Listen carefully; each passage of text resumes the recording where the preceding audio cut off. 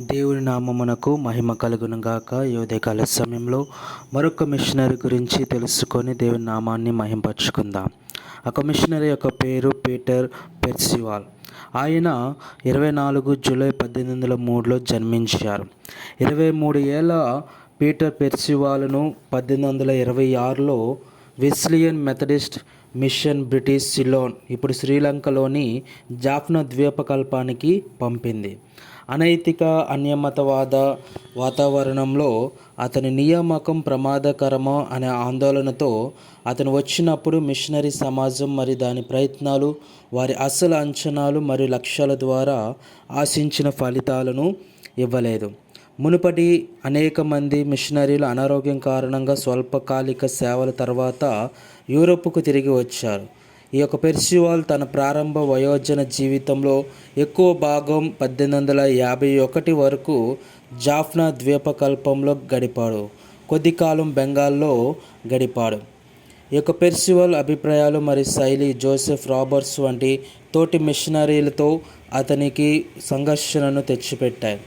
Roberts వెళ్ళిన తర్వాత Percival Jaffna జిల్లాలో మిషనరీ ప్రయత్నాలకు నాయకత్వం వహించాడు.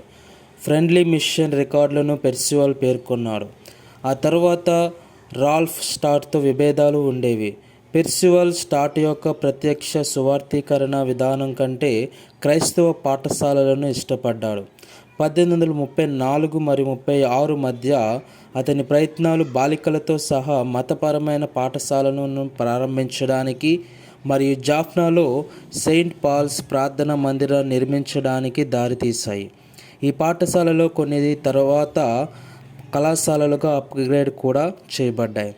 ప్రొటెస్టెంట్ మిషనరీగా పెర్సివాల్ ఇంగ్లీష్ లేదా పోర్చుగీస్ కంటే స్థానిక మాతృభాషలు అంటే తమిళంలో క్రైస్తవ గ్రంథాలను బోధించడానికి చాలా ఆసక్తి చూపేవాడు. జాఫ్నా సెంట్రల్ కాలేజ్ ప్రిన్సిపాల్గా ఉన్న కాలంలో అతను తన పూర్వ విద్యార్థి అయిన అరుముఖ నవలార్ను ఉపాధ్యాయుడిగా నియమించుకున్నాడు. వారు 1841 మరియు 1848 మధ్య కలిసి పనిచేశారు మరియు బైబిల్ను తమిళంలోకి అనువదించడానికి అతనితో కలిసి పనిచేశారు. పెర్సివాల్ సువార్త ప్రచారం కంటే విద్యకు ప్రాధాన్యత ఇవ్వడం ఇతర వెస్లియన్ మిషనరీలతో ఘర్షణను సృష్టించింది.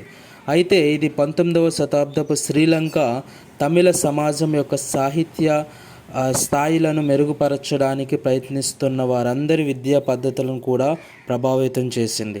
1851లో అతను సిలోన్కు తిరిగి రావాలనే ఉద్దేశంతో ఇంగ్లాండ్కు తిరిగి వచ్చాడు. కానీ లండన్లోని మెథడిస్ట్ సోపానక్రమంతో విభేదాల కారణంగా అతడు మెథడిజాన్ని త్యజించాడు. 1852లో లండన్లోని ఆంగ్లికన్ బిషప్ అతన్ని డీకన్గా నియమించారు. తరువాతి 2 సంవత్సరాల్లో అతను కాంటర్బరీలోని సెయింట్ అగస్టిన్స్ కళాశాలలో లెక్చరర్గా కూడా పనిచేశారు. భారతదేశం మరియు దాని మతాల గురించి ఒక కోర్సును కూడా బోధించాడు. 1854లో అతను దక్షిణ బ్రిటిష్ ఇండియాలోని మద్రాస్ ప్రెసిడెన్సియాలోని మద్రాసుకు విదేశీ భాగాలలో సువార్త ప్రచారం కోసం ఒక ఆంగ్లికన్ మిషనరీ సొసైటీతో వెళ్ళాడు. 1855లో మద్రాస్ బిషప్ నియమించిన ఆంగ్లికన్ పూజారిగా మారాడు. 1858లో మద్రాస్ విశ్వవిద్యాలయం రిజిస్ట్రార్గా మరియు ప్రెసిడెన్సీ కళాశాలలో సంస్కృతం మరియు స్థానిక సాహిత్యం ప్రొఫెసర్గా పనిచేసిన తరువాత అతను మిషనరీ సొసైటీతో తన సంబంధాన్ని తెంచుకున్నాడు. ఆయన కుమార్తె మార్గదర్శక భూవిజ్ఞాన శాస్త్రవేత్త మరియు పురావస్తు శాస్త్రవేత్త రాబర్ట్ బ్రూస్ ఫ్రూట్ని వివాహం చేసుకుంది. పీటర్ పెర్సివాల్ మరియు రాబర్ట్ బ్రూస్ ఫుట్ జీవితాంత స్నేహితులు మరియు భారతీయ సంస్కృతి, చరిత్ర మరియు భాషాశాస్త్రంలో తమ ఆసక్తిని పంచుకున్నారు. ఆయన హిల్ స్టేషన్ పట్టణం యార్కాడ్కు పదవి విరమణ చేసి 1882లో మరణించారు.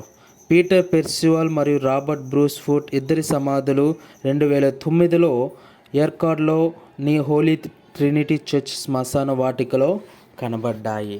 ఆమెన్.